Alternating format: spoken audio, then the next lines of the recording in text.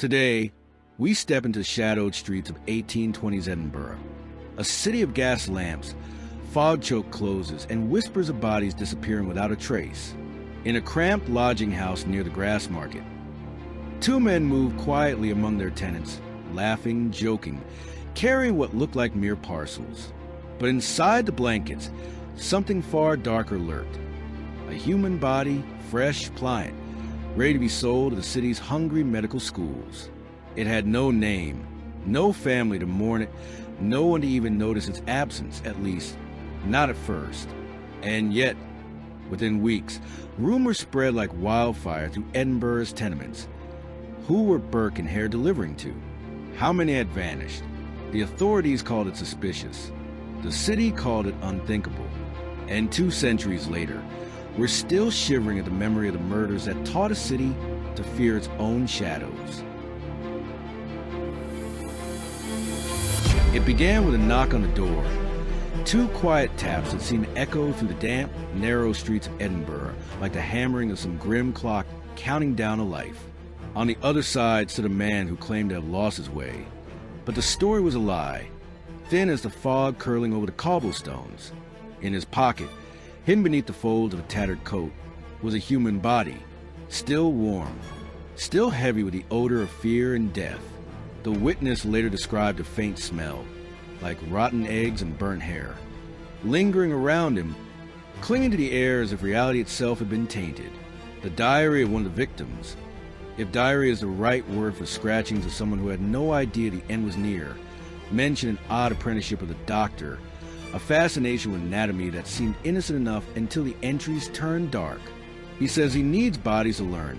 It read, but what is he learning when the man in the alley never returns? The words smear across the page like blood, the ink barely dry.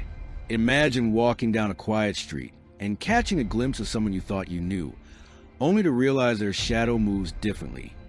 Slightly too quick, too calculating, like a predator testing your reflection before it strikes. That was the aura surrounding William Burke and William Hare, 2 men whose names would soon haunt every dissecting room, every whispered conversation in Edinburgh's back alleys. One man, with the rough, almost theatrical cunning of a stage villain. The other, the brute muscle with a grin that could make a coffin look friendly. Together, they became architects of a horror that seemed both preposterous and entirely possible. The deliberate selling of human lives, body by body, to feed the city's insatiable thirst for knowledge. And the strangest, most terrible part? The city knew, some suspected, but fear, greed, and a strange, morbid fascination kept the truth wrapped tight like a mummy in linen. Neighbors whispered about bodies vanishing from lodging houses, about late-night visitors who never returned home.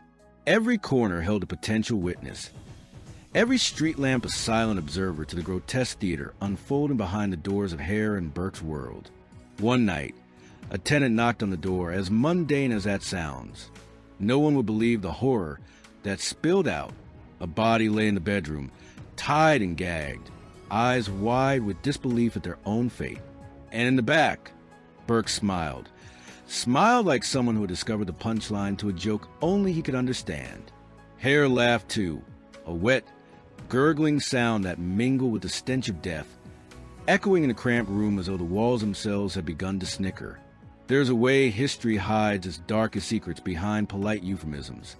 Respected anatomical study, necessary cadavers. But these men did not hide. They peddled, they sold. They performed a carnival of human horror, while the city looked away, or worse, cheered from the shadows. Edinburgh, 1827. Imagine a city wrapped in soot and fog, where the gas lamps barely cut through the evening gloom and the cobbled streets are slick with rain and something fouler, sweat, urine, the faint whispered decay. This is not the romantic, postcard version of the Scottish capital. No, this is the Edinburgh of the working poor, of lodging houses packed like sardine tins, of narrow closes where shadows hide more than cats. The city's heart beats with ambition and intellect. Its universities are proud, its medical schools famous. But that intellect has a ravenous appetite. Anatomy classes are full. Students need cadavers. The law provides almost none. Executed criminals are a finite resource, and the demand outpaces the supply by a brutal margin. Here, in this city of contrast, knowledge feeds on desperation. The rich, swaddled in velvet and manners, rarely touch the street unless curiosity or charity drags them down. The poor scurry between workhouses, pubs, and back alleys, their lives as cheap as the bread they can barely afford. And in between, the shadow market thrives. Bodies are currency. A corpse is worth pounds to a medical student, a lifeless shell more valuable dead than alive, if only for the right audience with the right appetite. Step into the lodging houses where Burke and Hare operated. They are cramped, dimly lit, smelling of damp straw, sweat, and that indefinable stench of fear. Upstairs, tenants cough and groan, bodies pressed together like pressed flowers in a book. Below, the business takes place, a place of commerce so dark that morality is a laughable luxury. And outside, the city hums along, oblivious, indifferent, or maybe just quietly curious about the strange comings and goings in its back streets. The society around them is rigid but fragile. Laws are archaic, unevenly enforced, and morality is negotiable when money or survival is involved. Medicine is advancing at a breathtaking pace, but it is cruel, sometimes obscene. Dissection rooms glow under the light of oil lamps. Tables are slick, knives are sharp, and curiosity is insatiable. And somewhere in that mix, where intellect collides with human greed and the fragile law, Burke and Hare will find their place. They are not the monsters of fairy tales. No, they are more terrifying than that. Opportunists with charm, cunning, and the raw audacity to treat murder as trade. Yet the city itself is complicit. People whisper of missing lodgers, but neighbors' curiosity is only so strong, a landlord's concern only so lasting. Edinburgh, as cultured and proud as it is, has a rotting underbelly, and these men are its grotesque reflection. They move through the streets like predators disguised in human skin, feeding both the literal and metaphorical hunger of the city, a hunger that will not be sated until every secret, every cadaver, and every horrified gasp has been accounted for. William Burke. There is something almost theatrical about his presence. Small in stature, but with eyes that burn with the kind of intensity that makes you wish you never looked at him at all. He is clever, manipulative, and utterly charming when he needs to be. A man who can convince you of almost anything, including the idea that death is just another opportunity. He arrived in Edinburgh as an outsider, Irish-born and raw-edged, his early life full of petty crime and fleeting jobs. But beneath the rough exterior is a calculating mind, one that notices patterns others miss, which houses are empty, which families can be coerced, which men are too desperate to question a stranger. And then there is William Hare, the perfect accomplice in every grim sense. Large, brutish, simple-minded perhaps, but not without a cunning streak of his own. He provides muscle, the ability to intimidate, to overpower, to carry out tasks that require strength more than subtlety. Together, they are a darkly complementary duo, Burke with his brains, Hare with his brawn, and both with shared audacity that allows them to walk past their neighbors with smiles, as if nothing is wrong. The people they target are the poor, the lonely, the invisible, lodging house tenants, drifters, the forgotten ones whose absence barely raises an eyebrow. Burke and Hare recognize a bitter irony here. The more society ignores the weak, the easier it becomes to exploit them. And exploit them they do, with a precision that is both horrifying and almost clinical. This is not a murder of passion. It is a murder of commerce, executed with chilling efficiency. In a sense, they are creatures of their environment. The city, the schools, the economy, the desperate need for bodies, all conspire to create fertile ground for their crimes. Burke studies anatomy with almost religious fervor, taking pride in the fact that his deliveries allow medical students to learn, dissect, and publish knowledge. Hare, meanwhile, treats each victim as a task to be completed, his grim humor masking a barely suppressed horror. But what is remarkable and terrifying is their detachment. They joke about their victims. They laugh as if they are merely playing a game in which the stakes are absurdly high, and everyone else is too naive to realize it. And yet, for all their cunning and audacity, they cannot completely escape human error. Small slips, whispered rumors, neighbors noticing the too quick departures, the strange late-night visitors. All of these will eventually tighten the noose around them. Burke and Hare are not just criminals.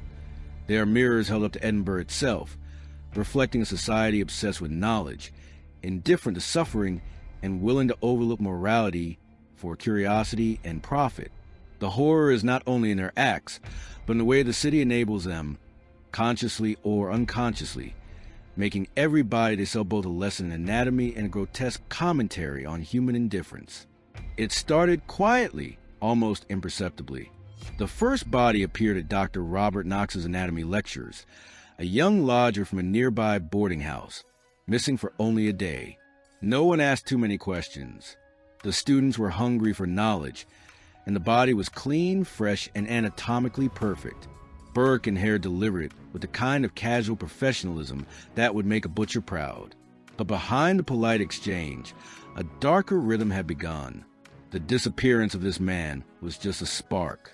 Soon, others vanished. An elderly woman who asked too many questions, a drunkard whose face was half forgotten on the streets, a quiet tenant who kept to himself. Each time, Burke and Hare stepped in, guided by an almost bureaucratic routine. There was no passion, no anger, only a chilling pragmatism. They had discovered something horrifying yet practical. Murder as business. And once that door opened, there was no closing it. Neighbors whispered. They noticed Hare loitering near lodging houses at odd hours, or Burke speaking in low, urgent tones with housekeepers. But the explanations offered were mundane. Moving furniture, caring for a sick friend, errands in the dark. No one truly questioned it. The city's appetite for bodies, coupled with its apathy for the poor, allowed the first disturbances to pass unnoticed. But for those closest to the victims, the unease was palpable. One lodger confided to a friend, "He has eyes that see too much, and hands too willing." It was a vague warning, but vivid in its fear, and the irony is unbearable. The first disturbance, the initial murder, was less about killing and more about testing the waters.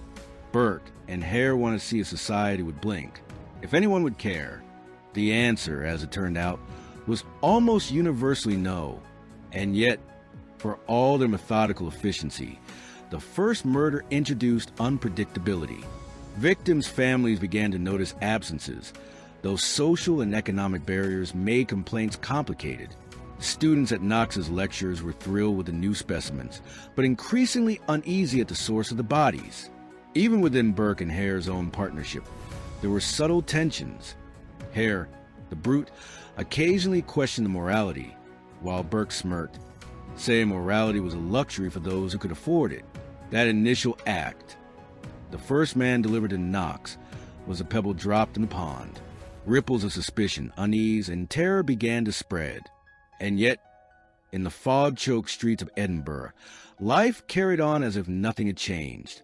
The city, already drenched in soot and ignorance, failed to notice that something monstrous had stepped onto its streets and would not leave until it had reshaped morality, law, and fear itself. It didn't take long for murmurs to grow louder. Bodies were vanishing with alarming regularity, and though the city's poor were accustomed to hardship, even they began to notice patterns. One week, a lodger disappears. The next, another. And yet, no one could quite prove anything. Rumors fluttered the tenements like rats in the walls. Disappearances, strange late-night visitors, furtive whispers behind closed doors. But the evidence was ephemeral, elusive, and utterly maddening. The medical students were both witnesses and participants, their fascination blurring the line between horror and complicity. Dr. Knox, a man who loved anatomy more than conscience, paid handsomely for Burke and Hare's deliveries. Yet even he, brilliant though he was, could not entirely ignore the pattern. Fresh bodies, too frequent, too perfectly preserved. Students joked nervously in the dissecting room, half in laughter, half in dread. "Where do they keep finding these people?" someone muttered. No one wanted to ask aloud. Meanwhile, Neighbors whisper of Hare's gurgling laugh at odd hours, and Burke's unervingly smooth charm. Small clues accumulated. A lodger seen leaving with a stranger in the dead of night. Bloody clothes washed quickly and quietly. The smell of rot that hung momentarily in a doorway. But these fragments were scattered, contradictory, almost designed to frustrate anyone attempting to connect them. The city seemed to fold over itself in confusion and denial. Public reaction, when it appeared, was a mixture of fear and fascination. Broadsheets printed sensationalized stories, though always cautiously. After all, accusing someone of murder without proof could land a writer in trouble. Families of the missing began to grow anxious, and yet they found little sympathy from authorities. Economic class, social standing, and prejudice created a perfect shield for Burke and Hare. Their victims were invisible. The poor, the marginalized, the transient. Who would notice? Who would care enough to pursue justice before it was too late? And here lies the sinister elegance of crime. It unfolded in plain sight. Everyone glimpsed parts of it, yet nobody could see the whole. A woman would see Hare hauling a bundle late at night, but assume it was wood. A man would hear laughter in the lodging house and shrug it off as drunken revelry. Each fragment of evidence was like a mirror shard, reflecting terror and ambiguity, but never revealing the full face of the horror. Even the investigators who eventually became involved stumbled in this fog. Conflicting testimonies, missing reports, half-hearted inspections, all conspired to make the case appear unsolvable. Suspicion floated like smoke, touching everyone and no one at once. By the time the city began to sense that something deeply unnatural was happening, the mystery had already deepened beyond ordinary understanding. Every question seemed to lead to more questions, every clue to a darker shadow. Burke and Hare had turned Edinburgh into a labyrinth of fear, curiosity, and moral ambiguity, where the line between predator and participant was dizzyingly thin. By the time the authorities began to notice, the scale of Burke and Hare's crimes was already staggering. Detectives and constables stumbled over the fog-choked streets, chasing fragments of rumors, half-witness accounts, and frightened neighbors. Their reports are almost comical in hindsight. No body found, but the lodger is gone. Suspects unknown. Smell of decay reported. Each note drips with uncertainty, a mixture of incompetence and the terrifying reality that murder could exist in plain daylight and remain invisible to those charged with preventing it. The initial theories were absurdly mundane. Some suspected robbery or debt disputes. Others whispered about cholera or simple illness.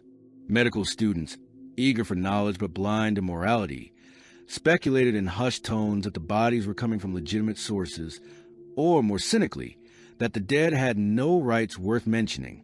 Burke and Hare themselves nurtured this ambiguity, careful to spread misinformation. A lodger disappeared? Claim he left town. Someone noticed Hare's laughter? Say it's drink. The brilliance of their deception lies not in invisibility but in manipulation, in knowing exactly how far people's disbelief would stretch. Investigators eventually triangulated suspicions to the lodging houses. They found the first damning clue, a bundle of blankets, suspiciously bloody, tossed into a corner. Witnesses remembered Hare's presence, Burke's urgent whispers, the laughter and gurgles that now sounded ominous in memory. But proof is a fragile thing. Each step forward seemed to crumble under conflicting testimony or social pressure. Who would admit that the victims were poor, unremarkable, easily forgotten? Edinburgh's authorities, perhaps reflecting society itself, seemed unwilling to expend much effort on the invisible dead. Theories multiplied. Some believed the pair were professional grave robbers, exploiting a loophole in anatomy laws. Others whispered darker ideas. Black magic, devil worship, a cult dedicated to anatomical study. The reality was simpler, uglier, and more human. Profit. Burke and Hare had discovered market, bodies for sale, and refined their method with brutal precision. But the public and even some investigators were so desperate to rationalize a horror that almost every conceivable theory gained traction. In private, Burke reportedly mused about their audacity with something like pride, while Hare laughed at the absurdity of anyone thinking they could be caught. Their partnership functioned as a grotesque division of labor. Burke orchestrating, manipulating, charming, and Hare executing with brutal efficiency. Each killing became both a transaction and a rehearsal, a routine perfected to maintain appearances, while feeding the city's morbid appetite. Yet even with all this planning, cracks appeared. Small witnesses began to speak. A neighbor noticing a body being moved, a lodger commenting on strange deliveries, the faint stench of decay that could no longer be ignored. Investigators began piecing together a picture, murky, horrifying, almost unbelievable, but one that would soon solidify into undeniable truth. The city, which had allowed itself to be blind for too long, was finally blinking, and the abyss it revealed was more grotesque than anyone could have imagined. The collapse came suddenly, like a rotted wall finally giving way under its own weight. It started with a single mistake: a lodger refusing to leave quietly, a body discovered in a heap of straw. Hare's laughter heard too clearly by someone who refused to shrug it off. Word reached the authorities, and the web of lies Burke and Hare had spun began to unravel with almost perverse speed. The once invisible crimes became suddenly visible, exposed in a light that was almost painful in its clarity. Hare cracked first. Perhaps it was fear, or perhaps the weight of too many lifeless bodies pressing on his conscience, or maybe it was the ineffable absurdity of thinking they could keep murdering indefinitely without consequence. Whatever the cause, he confessed, and not just in vague terms. He named names, outlined every delivery, every maneuver, every methodical act of murder. Burke, always more calculating, tried to maintain composure, smiling when he shouldn't, deflecting when he could. But the stage had shifted.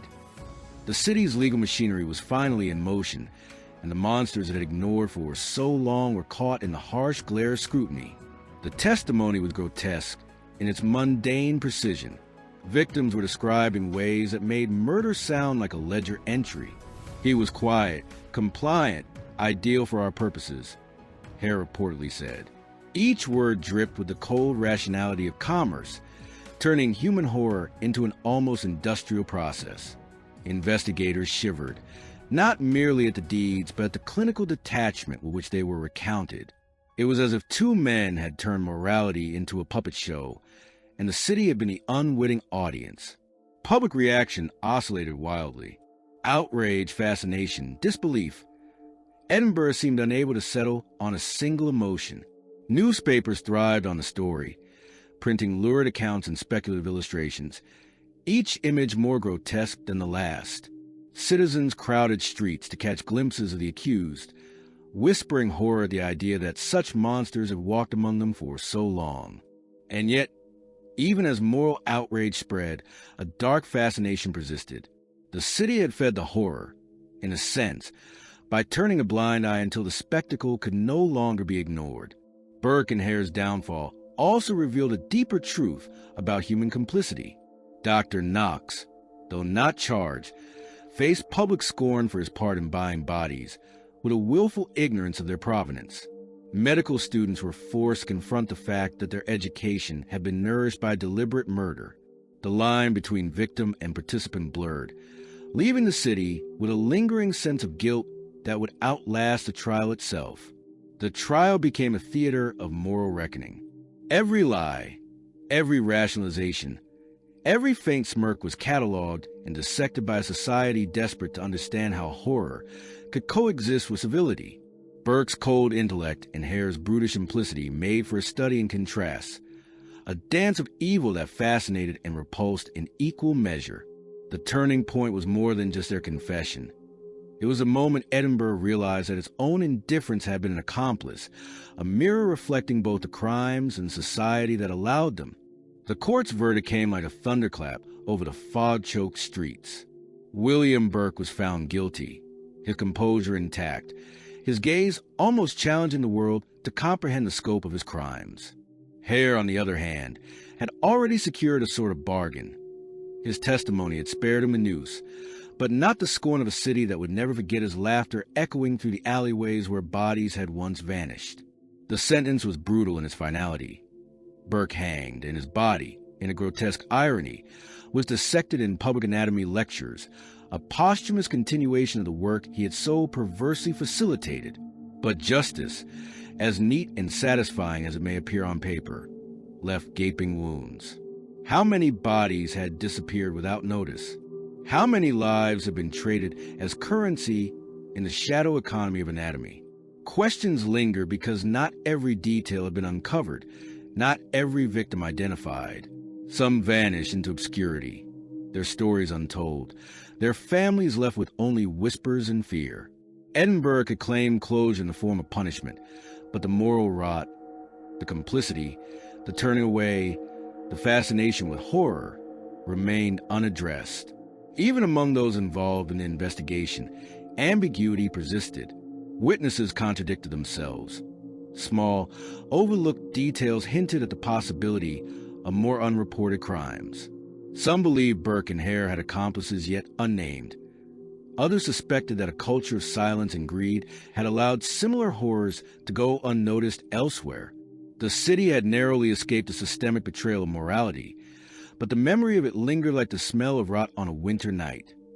Pervasive, unavoidable, and uncomfortably close to home.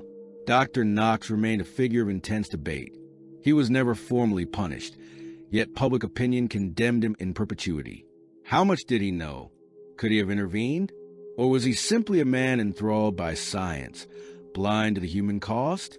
The questions hung over Edinburgh like a persistent mist, a reminder that curiosity untempered by conscience can be as dangerous as the most cunning criminal.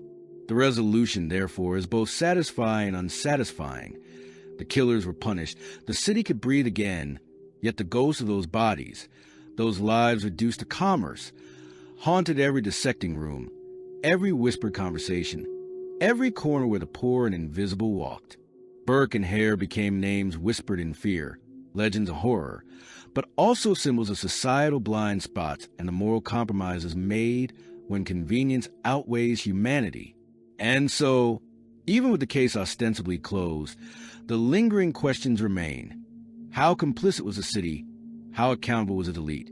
And how easily could a pair of determined men exploit the gaps of morality, law, and human empathy? The official narrative offers a tidy conclusion, but history, as always, is messier, darker, and infinitely more unsettling than the verdicts and headlines ever suggest. The hangman's noose around Burke's neck did not sever the story. It merely reshaped it, scattering its echoes into every dissecting room, lodging house, and whispered conversation in Edinburgh. Hare faded from the public eye, yet his name remained synonymous with opportunistic brutality, a grim reminder that cleverness without conscience can carve a dangerous niche in society. Students continued to study the bodies he and Burke had sold, anatomy lecturers thriving on a legacy of blood and fear, while moral discomfort lingered like a persistent stain. The city itself bore scars. Families of the vanished never fully recovered, haunted by the vague, horrifying knowledge that their loved ones had been reduced to objects for study. Witnesses wrestled with guilt, wondering if a word spoken sooner, a complaint made louder, could have saved a life. Even those untouched directly felt the chill of complicity. How easy it had been to ignore the missing, to look away, to joke about the grotesque until it became a spectacle too big to deny. Edinburgh had learned a lesson in horror, but at what cost? Its societal conscience was pricked, but never entirely healed. Burke and Hare's crimes rippled outward into law, culture, and psyche. Scotland tightened its regulations on cadavers, mandating more legal oversight and stricter punishments, but human curiosity and greed proved difficult to curb entirely. Literature, folklore, and newspapers immortalized their story, transforming them into archetypes of human depravity. The cunning manipulator and the brutish accomplice, a duo whose cruelty was almost industrial in its efficiency. Even today, their names provoke fascination alongside revulsion, a macabre emblem of what society enables when morality is sacrificed for curiosity or convenience. The psychological impact on the medical profession was profound. Some students reportedly could not reconcile the gruesome practicality of their education with the horrifying method by which it had been supplied. Lectures continued, dissections went on, but behind the mask of professionalism, a lingering awareness persisted. Knowledge gained at the expense of human life is always haunted. Knox himself remained respected in medical circles, but his reputation is forever shadowed by this dark chapter, a cautionary tale of intellectual ambition divorced from empathy. More broadly, Burke and Hare's crimes expose uncomfortable truths about society itself. The fragility of ethical standards, the ease with which economic and social pressures can erode morality, and the terrifying potential for ordinary people to rationalize extraordinary evil. They did not just murder. They illuminated the shadows, forcing a city and a culture to confront its blind spots. The legacy is not merely historical. It is a psychological mirror, asking every observer, how far will we go if society, curiosity, and survival demanded it? Think about it. Two men walking the same streets you walk today, trading in human life as casually as one might trade vegetables at the market. Burke and Hare did not hide behind masks of supernatural evil. They operated in daylight, amidst society, beneath the polite veneer of normality. Their audacity was not merely in their murders, but in the way they exposed a fragile ethical scaffolding upon which Edinburgh, and perhaps any city, depends. The veneer is thin. One nudge, one rationalization, and ordinary people could become participants in horror, either knowingly or through the convenient blindness of indifference. And what of the bodies themselves? Those poor souls, nameless and forgotten, became instruments of knowledge, dissected and studied while the world moved on. They were turned into lessons in anatomy, curiosities in medical education, while their existence was stripped to nothing but utility. One cannot help but wonder, if knowledge demands a price, at what point does it become monstrous? Burke and Hare force an answer, and the answer is bitter. The line is thinner than most would dare imagine. There's a peculiar fascination, too, in the mechanics of their partnership. Brain and brawn, charm and threat, methodical calculation married to brutal physicality. It reads almost like a dark comedy, were it not for the bodies and the terror and the laughter that once echoed through Edinburgh's closes. Their story is part morality tale, part grotesque thriller, part mirror reflecting our own complicity, our own capacity for turning a blind eye, and the final, haunting thought. We like to tell ourselves that monsters are obvious, lurking at the edges, easily identified. Burke and Hare prove that monsters can be banal, socialized, ordinary. They smile at the neighbors, they bargain with the elite, they exploit the weak, and society, hungry, curious, indifferent, lets them. And when the curtain finally falls, we clap at the spectacle, admire the cleverness, shiver at the horror, but rarely stop to examine our own role in allowing the stage to exist. Burke and Hare are dead, yes, but in every shadow, in every moral compromise, in every instance where convenience outweighs conscience, their story whispers, reminding us that evil does not always wear a mask. Sometimes it just knocks politely on the door, pockets heavy with opportunity, and smiles.